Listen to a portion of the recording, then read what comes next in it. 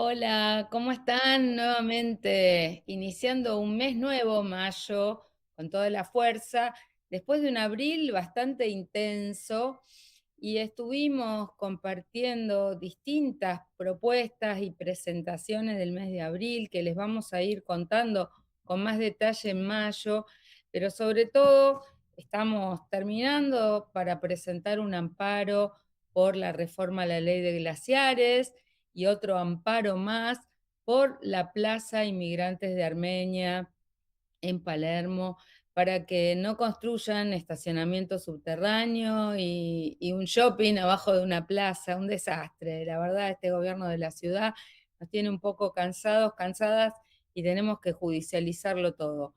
Pero bueno, también hay buenas noticias. Estuvimos en la primera conferencia para dejar atrás los combustibles fósiles en Santa Marta, Colombia. La verdad que fue súper interesante, casi 60 países se dieron la mano a poner una agenda más concreta que acelere los procesos que vamos llevando adelante en la conferencia de cambio climático, que van bastante lento y muy lobiados por las empresas. También estuvimos en la COP4 del Acuerdo de Escazú, en Nassau, en Bahamas, y por supuesto les vamos a contar en el programa que viene todos los avances de la transversalización de género en el Acuerdo de Escazú, un logro después de mucho tiempo para las defensoras ambientales. Y en el programa de hoy tenemos 4 invitadas muy queridas, amigas, porque en estos tiempos que corren se han presentado unos proyectos de ley lamentables en el Senado de la Nación para garantizar la impunidad de los violentos, de los que abusan a niños, niñas, adolescentes, de los que ejercen violencia de género. Y bueno, se presenta bajo el paraguas engañoso de falsas denuncias. Por eso quisimos hablar con varias amigas, compañeras, activistas, militantes, feministas, que vienen trabajando hace muchos años para decir yo sí te creo en los casos de abuso sexual infantil y para proteger los derechos de las mujeres que son víctimas de violencia de género. Por eso le damos la bienvenida a María Elena Nadeo. Ella es una gran compañera y secretaria general de APDH. También le damos la bienvenida a Liliana Gendel. Ella es en este momento secretaria de Mujeres y Diversidades en el municipio de La Matanza, periodista muy conocida y activista más allá de los cargos hoy en el Estado. Sara Barney, también gran amiga de muchos años, que se recibió de abogada y estamos muy contentas de la Red Viva. Y también nos acompaña Daniela Jury, que ella es del grupo de Madres Cuidadoras. Bueno, bienvenidas a las 4. No sé quién quiere arrancar y contarme un poco cuáles son los 3 proyectos de ley que se han presentado en el Senado. Daniela, me estabas contando que había 3 proyectos. ¿Me querés compartir Sí, un poco más la información? ¿cómo andás? Primero, muchas gracias por el espacio. Hoy en día está más en boca, en el boca a boca y demás, el proyecto de falsas denuncias presentado por la senadora Carolina Lozada, porque ese proyecto se presentó en años anteriores y ahora alcanzó a tener dictamen. Entonces, se volvió a presentar con una velocidad inusual, alcanzó a tener dictamen, pero bueno, no viene solo, no viene solo. Hubo 2 proyectos más presentados el año pasado, que uno tiene que ver con la reforma de la ley 26061 y el otro tiene que ver con la creación de una Comisión Nacional de Análisis de Causas. Los 3 proyectos son presentados por las mismas organizaciones, si bien uno lo presenta Lozada, los otros dos los presenta Natalia Gadano. eh, Vienen todos impulsados por estas organizaciones, que son organizaciones que agrupan todos sujetos, porque no sé cómo llamarlos, denunciados por violencia contra una mujer, por violencia contra hijos e hijas y en causas de abuso sexual. Lo paradigmático, lo más llamativo de todo esto es que, bueno, ahora están haciendo estas presentaciones que vienen haciendo hace un tiempo en el Senado de la Nación y en distintas provincias, y que insólitamente llegamos a un nivel en la cual vemos que sientan en el Senado gente condenada, o sea, gente condenada o familiares de personas condenadas. Hasta ahí llega la impunidad. Em, Ahora vamos a volver sobre esto que estás denunciando fuertemente, pero me gustaría preguntarle a María Elena Nadeo. Ella fue presidenta del Consejo de Niñez en la Ciudad de Buenos Aires, y una gran luchadora por los derechos de los niños, niñas y adolescentes.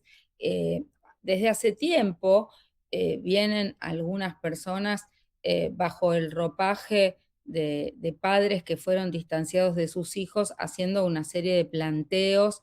Esto es parte de ese mismo movimiento del síndrome del SAP, que venimos Sí, denunciando desde el feminismo en muchos casos.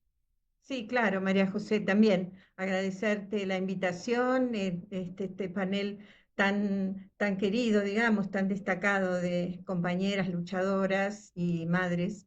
Es el mismo movimiento que ha tomado fuerza inédita, asombrosa, o no tanto, por el carácter conservador, neofascista del gobierno de Javier Milei. Recuerden ustedes que Cunio Libarona, el primer ministro de Justicia de Milei, dijo que no existía la violencia de género y que iba a eliminar el agravante de femicidio en el Código Penal. Ellos niegan la existencia de la violencia de género y por ende además refuerzan los viejos estereotipos del patriarcado en una mirada misógina, más persecutoria hacia las mujeres que denuncian y por supuesto tratando de hacer retroceder lo que en estos 40 años de democracia conseguimos, que es que de los abusos sexuales y de las violencias intrafamiliares se hable, que esté en la agenda pública. Ellos lo quieren silenciar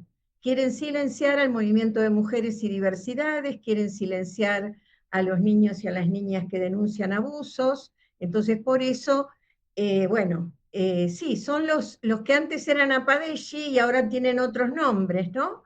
Tienen nombres como padres separados de sus hijos, etcétera, etcétera. Y han hecho un lobby muy importante, bancado por estos sectores conservadores, bancado por fuertes estudios jurídicos defensores de violentos, y esto se expresa en este proyecto, en este dictamen que fue motivo de un fuerte cuestionamiento. Lo bueno es que hay un cuestionamiento que atraviesa a todo el movimiento de mujeres, a todas las organizaciones de infancia. Carolina Lozada, que es la cabeza visible, es de la UCR, sin embargo hay muchas compañeras, amigas de la UCR que están indignadas y que han hecho escuchar su voz en la Asociación de Abogados y Abogadas de Buenos Aires, por ejemplo, con muchos argumentos para derribar este proyecto, que además es un mamarracho jurídico y es inconstitucional, ¿no? Pero a tu pregunta, si es el mismo lobby que desconoce, descree de la palabra de los chicos, que dice que las madres inventamos o inventan y inoculan en sus cabecitas la idea del abuso, cuando en realidad hay una cantidad de pericias, hay una cantidad de estudios psicológicos, psicoanalíticos, que pueden interpretar que la verdad es un retroceso muy grave.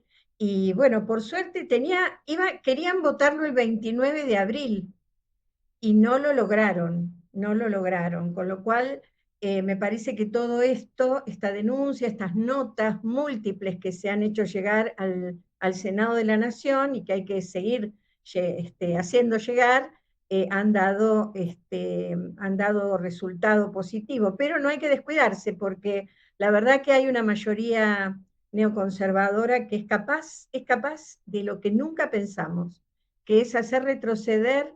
Fíjense que uno de los temas más graves es que además de penalizar de manera doble a quienes supuestamente hagan falsas denuncias, si éstas no llegaran a prosperar, denuncias por violencia de género y abuso, además penalizan a los profesionales, a las peritos y a los peritos, con lo cual todo lo que se obligó, se obligó a la docencia, se obligó a los profesionales y a las profesionales por protocolos, por la 26061 establece el deber de comunicar, el propio Código Penal ya establece el deber de comunicar. Bueno, todo eso sería, digamos, retrocedería. ¿Por qué? Porque se generaría pánico, pánico, la aprobación de este proyecto, el miedo a ser penalizada, ¿no?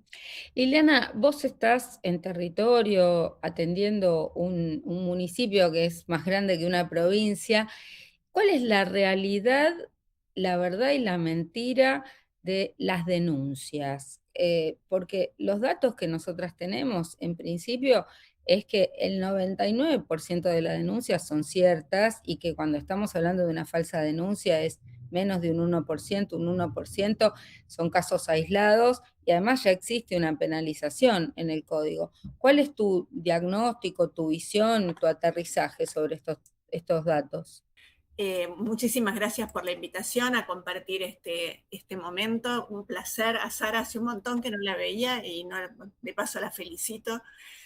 María Elena, Dani, un placer compartir con ustedes. La realidad es la que se ve en todos lados. Las denuncias falsas no existen y lo que sí existe es falta de denuncias. Como dijo alguien, a mí me pareció, marketineramente me pareció un hallazgo dar vuelta a esto y hablar.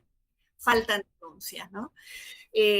Faltan denuncias porque las mujeres, si bien es cierto que gracias al trabajo del movimiento de mujeres, desde el 83 hasta acá, ha habido, y también con las compañeras radicales que durante tanto tiempo han trabajado tanto, cuando Alfonsín y después, y de otros, y de las izquierdas, e incluso en determinadas cosas, incluso del PRO, te diría, como nos pasó también con el aborto, es raro, en general no solemos compartir ideología, pero frente a estas cosas ha habido compañeras y compañeros que se dan cuenta de la dimensión dramática de la mentira que es inventar que existen las denuncias falsas. Esa es la mentira. Esa es la mentira que oculta otras realidades. ¿Qué hay detrás? Redes de pedófilos. ¿Qué hay detrás? Grandes negocios con la llamada pornografía. ¿Qué hay detrás? Un sistema judicial misógino y patriarcal, María José, y vos lo sabés mucho mejor que yo, sos una abogada con mucha trayectoria y trabajo en derechos humanos. O sea, de ninguna manera podemos entender que Lago Escondido y Maíques sean algo distinto de lo que sucede cuando hablamos de Cristina Presa y un sistema que está mostrando a 27 personas que dicen yo mentí bajo presión, en el caso Cuadernos, y sin embargo el juicio sigue y Stornelli todavía no está preso, que es quien debería estar preso. ¿Por qué pensamos que esta justicia es diferente cuando se trata de la justicia para con las mujeres? No, es la misma corrupción absolutamente conservadora, misógina y patriarcal aumentada, porque en el caso de las mujeres siempre fue patriarcal el sistema judicial. ¿Qué pasa en el territorio? En el territorio, en el caso de La Matanza, tenemos un programa pionero de madres protectoras, y tenemos un programa pionero porque en La Matanza estuvo hasta hace muy poco tiempo Andrea Vázquez, hoy puesta en agenda y en cuestión por la retractación de uno de sus hijos. Y esto me parece que abre un enorme espacio de discusión. ¿Se investigó la retractación? ¿Alguien investigó lo que este pibe, que ya no es pibe, es un adulto, está diciendo en las cámaras? ¿Quiénes levantaron esta retractación? La derecha que avala la ley de denuncias falsas. No es casualidad. De ninguna manera es casualidad. Entonces, me parece que tenemos que ser muy cuidadosas. Durante años, y a ustedes les consta, hemos acompañado a las madres protectoras y Andrea ha sido un ícono y no ha tenido espacio en los medios de comunicación. Alguien se retracta y de pronto está en todas las pantallas, en todas las radios, en todos los programas de televisión. ¿Es llamativo?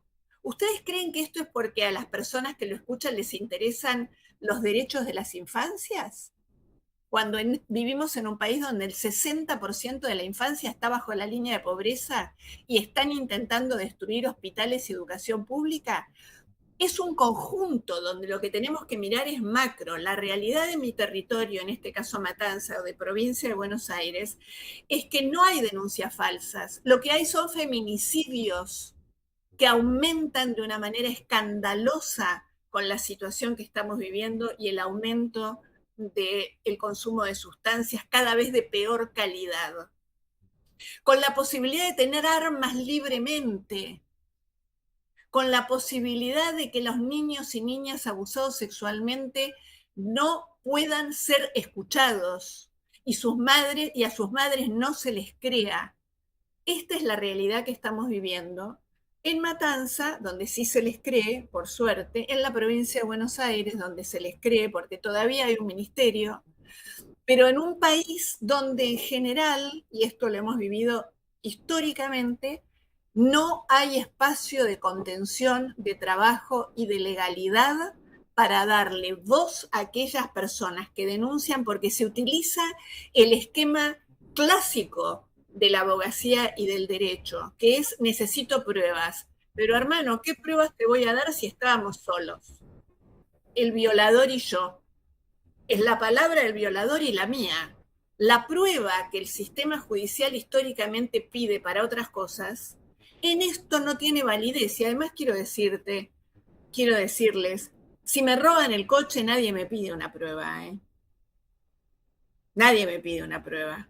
Y no me perician para ver si estoy diciendo la verdad o no. En cambio, si voy a denunciar violencia o voy a denunciar que a mi hijo o a mi hija la están violentando sexualmente, me perician a mí. Es un despropósito. La verdad es que es un despropósito. Esta es la realidad aumentada. Lo veníamos denunciando desde hace mucho tiempo, pero en este momento del mileísmo en el gobierno, esta es una realidad aumentada.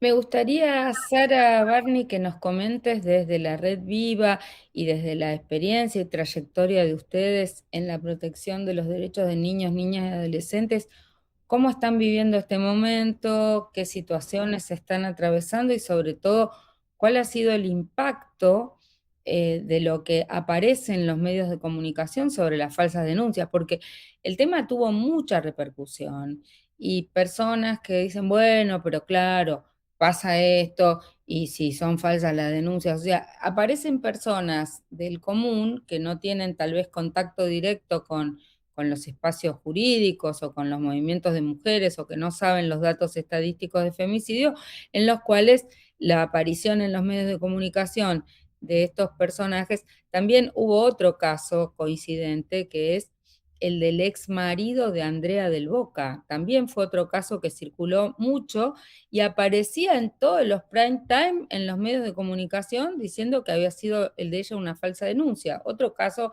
que me parece llamativo, todo la misma semana en todos los medios. O sea, parece que hubiera una red muy importante con bastante dinero para financiar todas estas movidas, ¿no? Pero te escuchamos, Sara. Bueno, también agradecerte y sobre todo por el espacio, pero por el poder estar con las compañeras que siempre nos nutre y nos fortalece. Y el daño que se ha generado ya hoy, que haya una ley o no, lo estamos viviendo, por ejemplo, en la provincia de Santa Fe.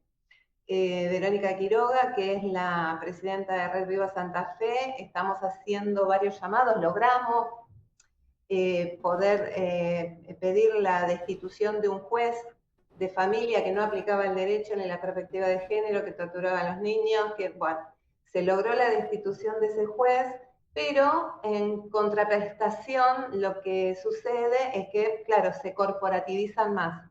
Y entonces salieron de una manera increíble, es larguísimo el tema.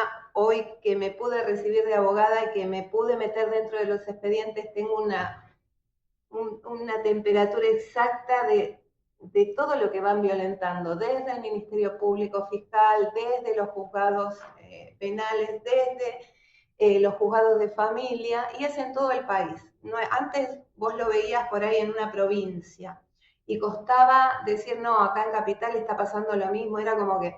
Y sin embargo, no, en Capital Federal es terrible las decisiones que se toman, están desbocados. Yo en un momento propuse por redes sociales que se había terminado el Estado de Derecho. Digo, me vine a recibir cuando explotó el sistema. Se había terminado, pero no es verdad. El Estado de Derecho no se terminó. Sigue siendo el mismo Estado recrudecido para amparar a los violentos, a los abusadores, porque las normas para ellos funcionan bárbaro. Es más, tenemos el registro con una compañera que es Cristina Loaiza Estrada, que estamos haciendo un registro de la ruta crítica con prueba, y las cosas con las que nos encontramos, por ejemplo, psicólogas de hospitales de niños nacionales que no tienen matrícula, por ejemplo, y que sin embargo están haciendo toda una red para salirles en defensa de los derechos, usan el derecho a la identidad, todos los derechos que nosotros hemos sabido concebir, usan el derecho a la identidad sin pensar que el derecho a la identidad es algo que se construye. Fragmenta la memoria de los expedientes para dejar a la madre como si no hubiese existido nunca, aprovechándose de que los expedientes de violencia familiar son cautelares. Como esos expedientes no son para medidas de fondo, inmediatamente los violentos y abusadores abren otros expedientes y empiezan a construir desde allí la obstrucción del vínculo que está haciendo la madre, y entonces no se toma en cuenta lo que hay en otro expediente. Los fragmentan de tal manera, los hacen, y los jueces que están totalmente cooptados, yo no sé si se acuerdan que acá en la Cámara Nacional de Apelaciones había una mesita de afán, y que todos los días con un megáfono, papá, papá, te extraño, papá, no me dejas comer, mamá no me deja verte. Bueno, todo eso logró hacer un efecto en los jueces que verdaderamente hoy tenemos a la cabeza un juez nacional, que es Cristóbal Llorente, que lo hemos denunciado de todas las maneras posibles. No hay forma de que cumpla con el debido proceso. No se lo puede denunciar en el Consejo de la Magistratura porque no existe el Consejo de la Magistratura. No podemos denunciar a Corte, nos tenemos que ir al TCJ, depende si la ley de modernización nos hizo el cambio para irnos al TCJ o a la Corte Suprema, y andamos boyando como si tuviéramos que adivinar, los justiciables y los letrados y las letradas, tuviéramos que adivinar dónde presentar un recurso y cuál puede llegar a funcionar, para que después, pasado el tiempo que se lleva todo eso, nos digan que ha devenido en abstracto porque la medida ha sido llevada adelante, y entonces el hecho consumado y todo lo que dice el código no los guardamos en el bolsillo. Así que esa es una situación de caos que en lo que yo confío que va a devenir es en recuperar la coherencia, volvernos a organizar, y cuando este gobierno se vaya o lo saquemos o lo que sea, podamos reestructurar lo que realmente debe ser y con la seriedad que debe ser, porque esto tengo que decirlo también, y algunas compañeras se han enojado conmigo, pero esto también es mucha desidia de muchos años, no solamente es un error, este es un avasallamiento, pero en su momento, cuando hemos denunciado, hace muchos años que venimos denunciando, no se han tomado los debidos recaudos como para quedar tan tambaleando, para que en este momento estemos tan desbocados y las madres protectoras y sus hijos son las que más están padeciendo, porque no tienen cómo llegar a un abogado, no tienen cómo defender a sus hijos, y sufren las peores ataques, los peores ataques. Sí, son los peores ataques. Torturas. Son las escucho y me dan el pie para pasar un aviso. y es que hemos redactado desde la red de profesoras de la Facultad de Derecho de la UBA nuestro tercer libro, y este libro se llama La Corte que Queremos, y de alguna manera hace un análisis del poder judicial que debiéramos construir desde una perspectiva feminista, y lo vamos a estar presentando en la Feria del Libro el viernes a las 16 horas, así que bueno, las invito a ustedes y aprovecho a invitar a todos nuestros oyentes, y por supuesto lo vamos a poner con más detalle en las redes sociales, pero me parece súper importante porque realmente hay que hacer un cambio de fondo en el Poder Judicial, y bueno, ahí analizamos la cabeza, pero tiene mucho que ver con los cambios que hacen falta. Me gustaría, Liliana Hendel, yo sé que te tenés que ir corriendo a otra actividad, entonces te agradecemos, para cerrar este primer bloque, que nos digas un poco en línea con lo que está planteando Sara, bueno, cómo salir de este atolladero, cómo vamos para adelante desde el movimiento, desde la articulación de las mujeres y del feminismo, cómo vamos para adelante con un cambio en la justicia para hacer justicia contra la violencia sexual y de género hacia niños, niñas, adolescentes, mujeres. ¿Qué hacemos? Hacemos lo que hacemos, es decir, nos juntamos, tenemos compañeras que tienen la posibilidad de tener un micrófono como hoy vos y hablamos y decimos lo que no nos dejan decir en otros lados o lo que no se quiere escuchar en otros lados. Hoy las redes tienen una gran potencia. Comentaban recién que el 29, lo decía María Elena, se iba a tratar y no se trató, lo conseguimos nosotras. Sara estaba comentando que lograron la destitución de un juez. La verdad es que se consiguió con trabajo, con militancia, con organización y con conocimientos, con estudio. Lo que hacemos es no dejar que ellos ganen con la anestesia, con la sensación de anomia, con como es el sistema judicial y es histórico, no vamos a poder. Bueno, dentro del sistema judicial hay personas, dentro del sistema judicial hay puentes, dentro del sistema judicial hay determinadas áreas. Hay que insistir y trasvasar generacionalmente para que las jóvenes abogadas, que luego serán juezas, puedan entender que acá hay un daño sustantivo y que ese daño es un daño que está legalizado. Y eso es gravísimo. El tema de las madres protectoras es hoy lo que antes era para nosotras el femicidio. El femicidio se ha visibilizado, tiene algún tipo de castigo, han aumentado los suicidios de los asesinos, se matan antes de que los metan en la cárcel, a las mujeres las matan en vida quitándoles a los hijos. Andrea Vázquez solía decir, con esta cirugía me amputaron la maternidad. Las matan en vida quitándoles a los hijos. Y nosotras todavía no le damos, nosotras como sociedad, no nosotras quienes estamos acá, no se le da la envergadura del daño enorme para con las mujeres y para con sus hijas e hijos. Me parece que lo que tenemos que hacer es esto que hacemos, pero más, mucho más. Y confío plenamente, como decía Sara, que más temprano que tarde volveremos a tener espacios donde el derecho sea considerado un valor y la crueldad sea considerada un delito. Bueno, nos vamos a un corte, te agradecemos Liliana, y volvemos con las compañeras con más café con Luber para seguir hablando de la falsedad de las falsas denuncias. Ya volvemos. Gracias, gracias.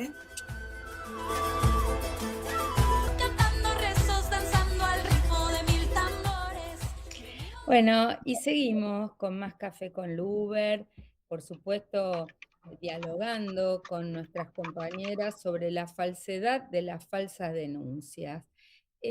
María Elena, me gustaría que nos compartas un poco en tu trayectoria en defensa de los derechos de niños, niñas y adolescentes, cuáles son los datos, las estadísticas. Ustedes están en varias articulaciones vinculadas con esto.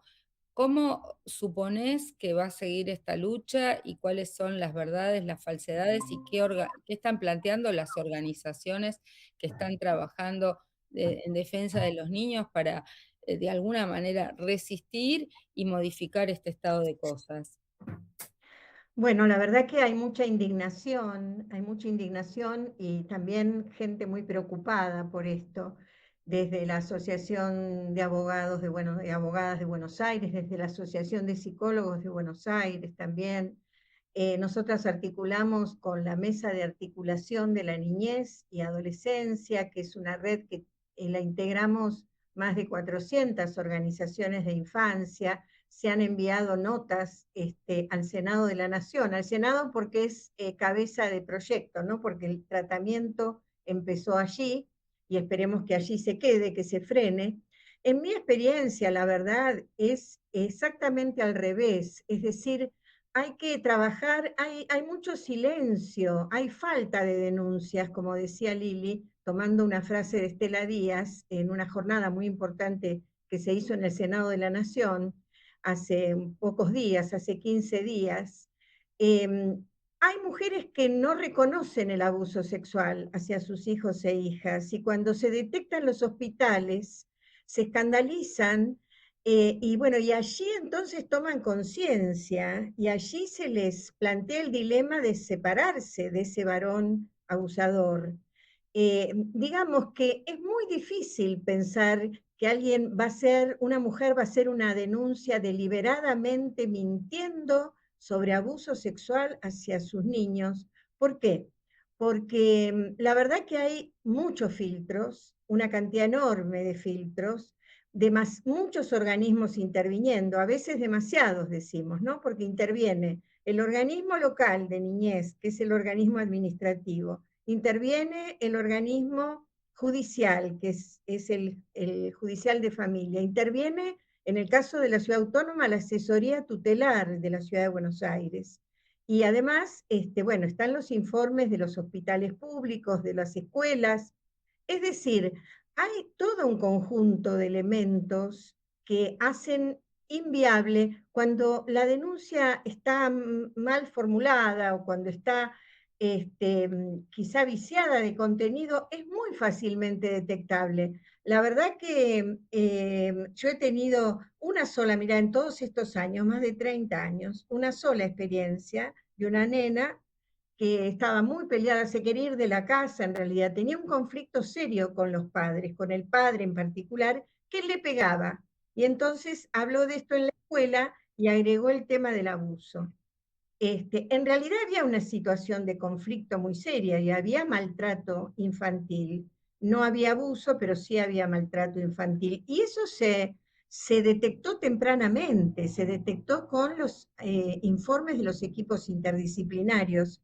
Es por el contrario, yo digo que cuesta mucho hacer una denuncia, después atravesar, como contaba Sara recién, atravesar para una madre para un niño, niña, para un familiar, para una abuela, un tío, una tía que denuncian, atravesar todo lo que el sistema judicial le exige a la víctima, es enorme, es un calvario. Yo lo decía esto en el Senado de la Nación, es un calvario porque en general se sospecha de las víctimas, se sospecha de las mujeres, a los niños y a las niñas no se les cree, por eso defendemos el movimiento Yo sí te creo, que mencionaba María José al principio, porque siempre tenemos que estar al lado de la víctima.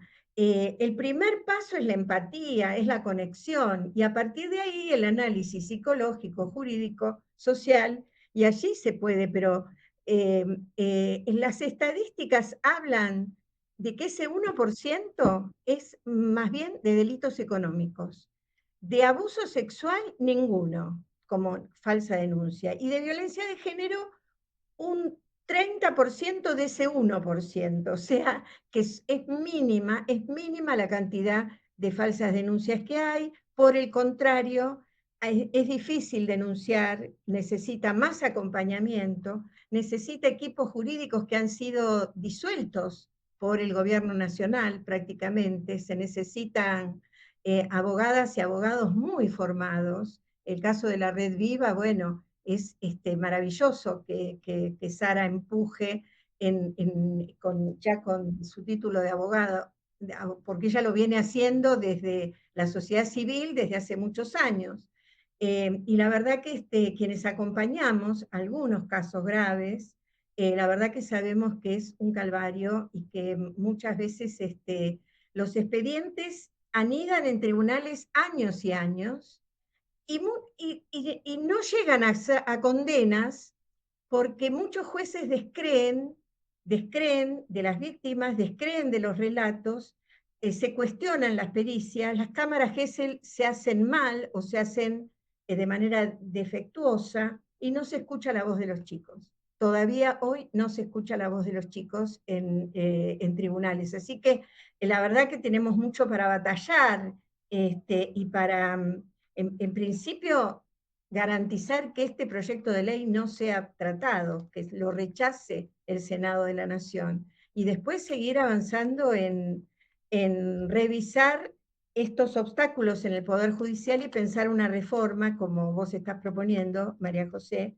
la Corte que queremos, empezando desde arriba y siguiendo por auditorías, por ver cómo podemos garantizar que se escuche la voz de las víctimas y que no se empantanen 5, 7, 10 años las causas judiciales. Ahora, me gustaría escuchar, Daniela Jury, que nos cuentes un poco más qué es lo que hacen las madres protectoras, las madres cuidadoras, y en la experiencia de ustedes también en esta interacción con los poderes judiciales, qué sugerencias, qué propuestas, qué cosas habría que cambiar, porque este proyecto sería dramático, y por supuesto también pensar en cosas factibles. ¿Falta realmente capacitación y sensibilización de los jueces? ¿El machismo, el patriarcado es tan potente? Porque hay casos de jueces y juezas varones y también mujeres, y tampoco quisiera estigmatizar a todo el Poder Judicial en su conjunto. Y a veces suceden cosas como fue el caso del niño en La Pampa, donde el hecho de haberle dado la tenencia a una pareja de lesbianas después fue estigmatizado y puesto en contra, como si todas las lesbianas fueran violentas, abusadoras, etcétera. Entonces, digamos, hay como cuando hay un caso aislado en un sentido, esto se dramatiza y se lleva a una dimensión de un impacto que vuelve en contra todos los avances que vamos teniendo. Pero me gustarían tus reflexiones, Daniela. Bueno, mira, por un lado, nosotros desde el Plenario de Madres en Lucha, que es la organización que yo integro, lo que inicialmente tratamos de hacer fue llegar a aquellas madres de todo el país que no estaban siendo acompañadas. Entonces tenemos integrantes de norte a sur que van contando sus experiencias, tanto en lo judicial como a veces, bueno, una trata de desahogarse con otra persona que más o menos entienda la situación en la que está viviendo, porque para el tercero común es muy difícil empatizar, porque a veces no sabe ni cómo hacerlo.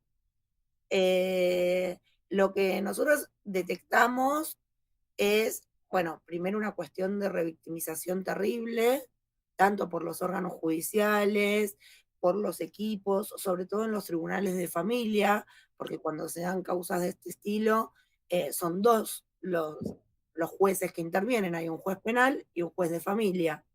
Entonces, a lo mejor el juez penal está avanzando, tiene un señor elevado a juicio y el juzgado civil está revinculando, el juzgado de familia está revinculando, y vos decís, esto es una locura. O el niño está esperando para que le tomen la cámara Gesell y no se la están tomando porque cuando hacen lo que sería la pre-Gesell notan que emocionalmente le traería más perjuicios porque el niño tiene ataques de pánico, tiene ataques de ansiedad, tiene muchísimas situaciones, y en familia lo citan para revincularlo con el agresor. Eso es terrible para la cabeza de cualquier niño.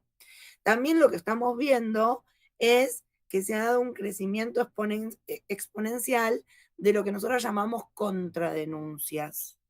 Y a través de las contradenuncias se está captando la atención de madres desde estas organizaciones que yo digo que son organizaciones de violentos y pedófilos organizados. Entonces, lo que está pasando es que cuando una mujer va a denunciar violencia, una situación de violencia, o en los casos más graves, se han detectado indicadores y va a denunciar una situación de violencia sexual propiamente dicha,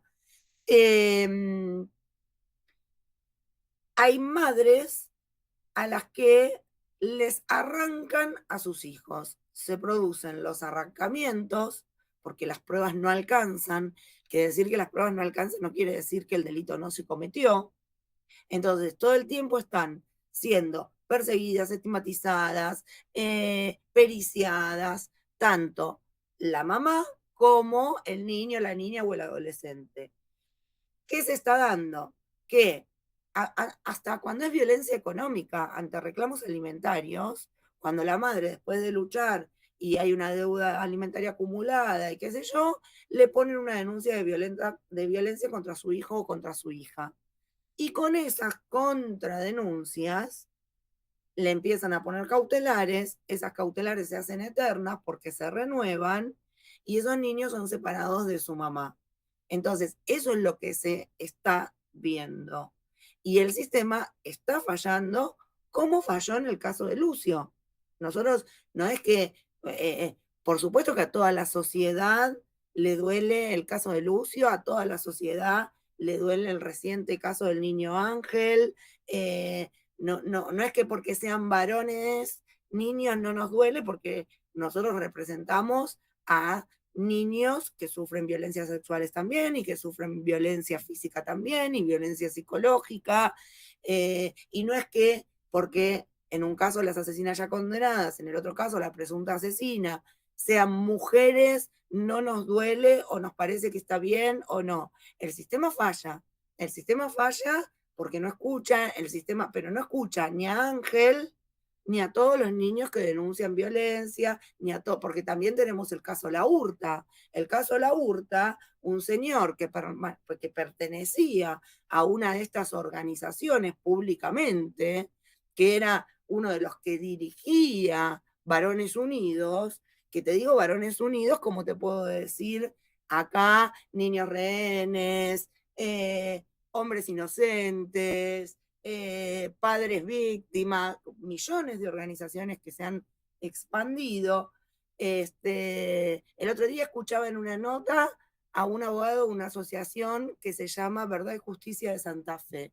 Y yo lo tengo que decir porque lo tengo que decir. El entrevistador que hacía la nota en ningún momento dijo que su hermano está condenado a 12 años de prisión. Hacía la nota como quien no sabe la cosa, no entiende nada del tema, y entrevistaba a un abogado que comparaba las denuncias de violencia con la dictadura militar o el régimen nazi.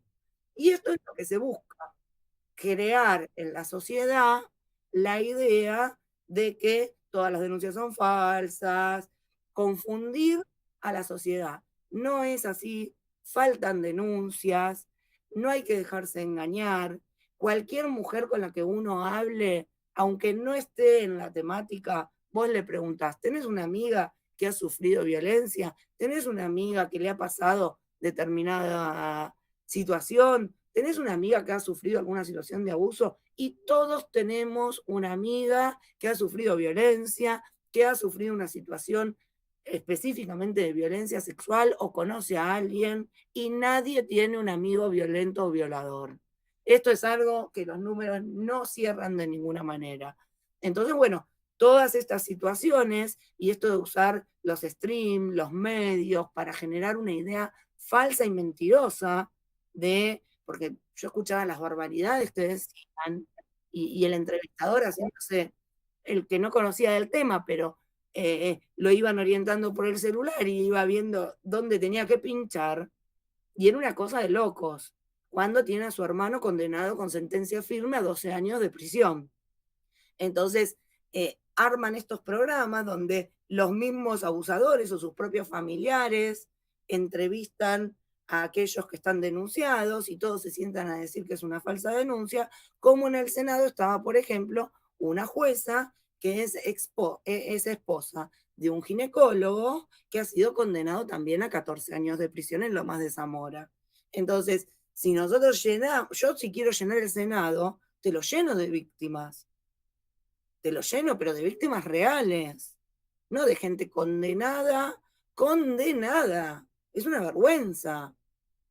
ya trasvasa todos los límites, porque si los denuncian y la causa no avanza, si se la archivan, que todos sabemos que la archivan porque ni siquiera se investiga, son falsa denuncia. Si los condenan, son falsa denuncia por la perspectiva de género, la dictadura de género. Si firman abreviados, que yo te puedo entender que un señor firme un abreviado porque se robó 2 quesos en el supermercado y le dicen, mirá, con esto vos no vas a ir ni un día preso, vas a barrer una iglesia durante un tiempito y ahí te la entiendo. Ahora, señores firmen abreviados a 12, 14, 13 años de prisión y por delitos sexuales, no lo puedo creer.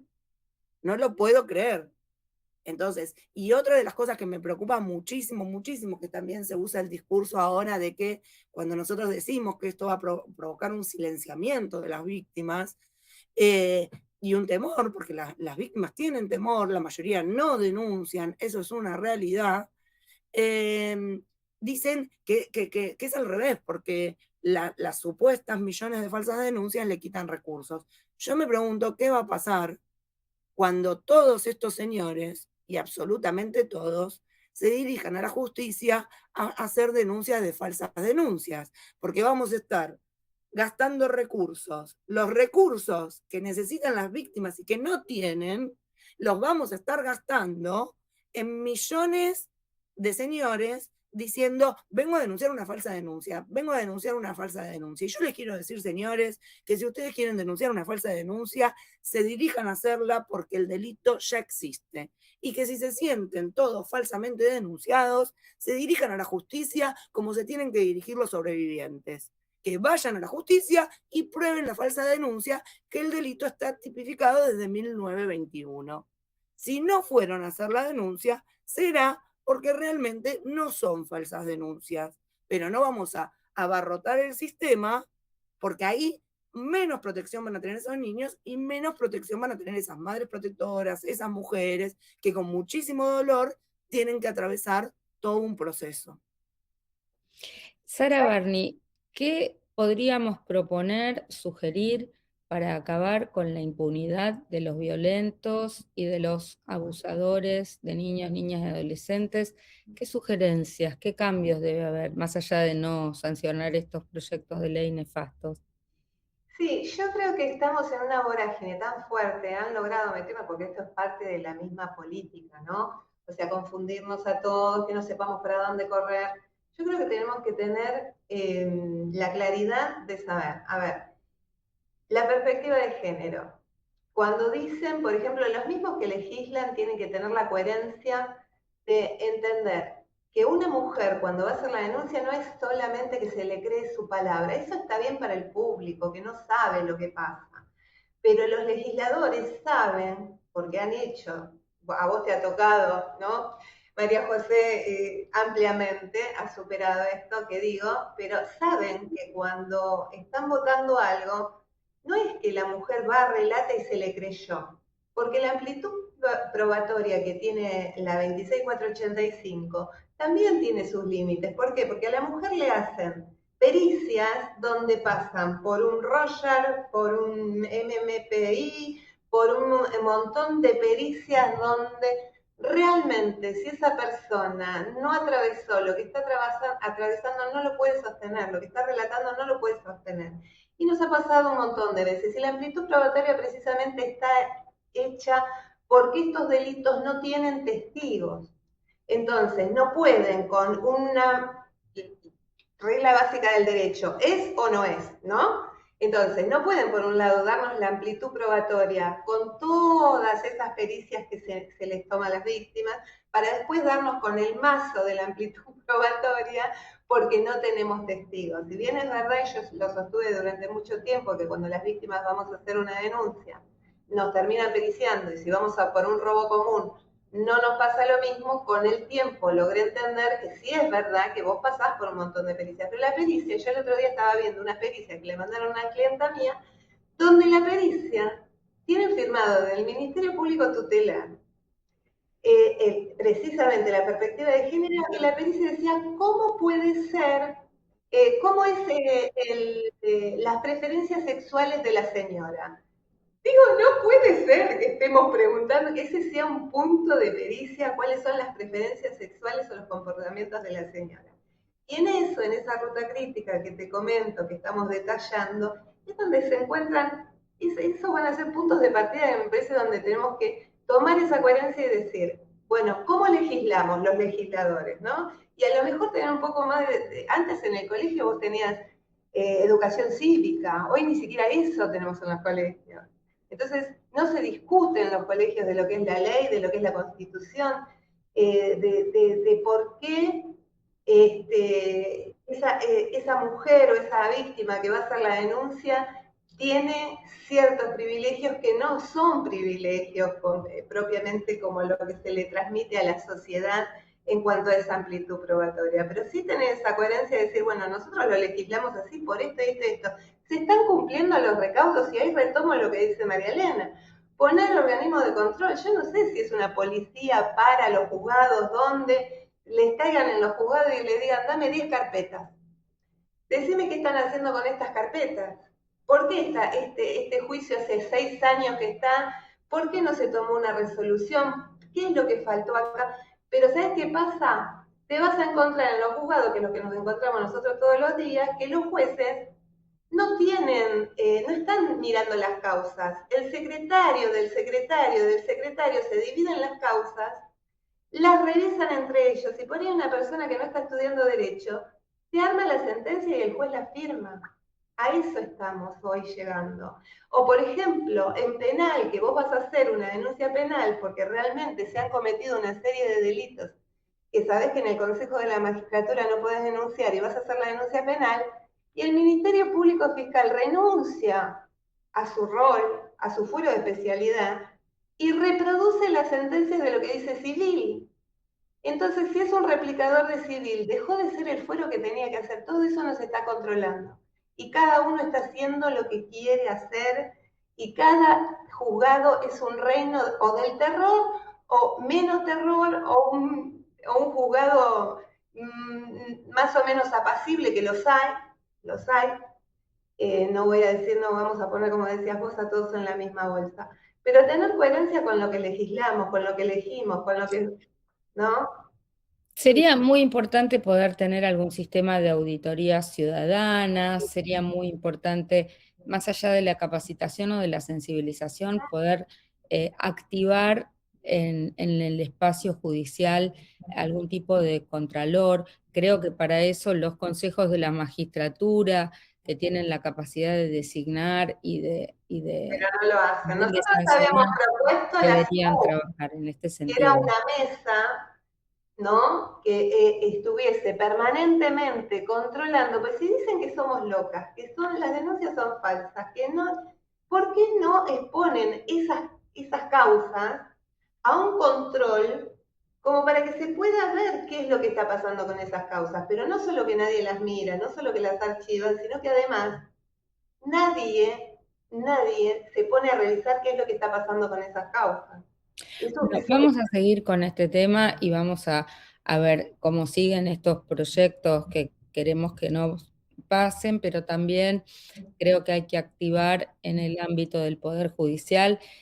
Bueno, la presentación de nuestro libro el viernes en la Feria del Libro, en el stand de la Defensoría del Pueblo de la Ciudad a las 4 de la tarde, es una excusa para seguir conversando sobre estos temas, pero me gustaría que antes de irnos, en el minuto que nos queda, puedan dar los datos de contacto de sus organizaciones para aquellas mujeres o aquellas mamás que estén pasando por situaciones similares, para no estar solas y con quienes poder ir de la mano.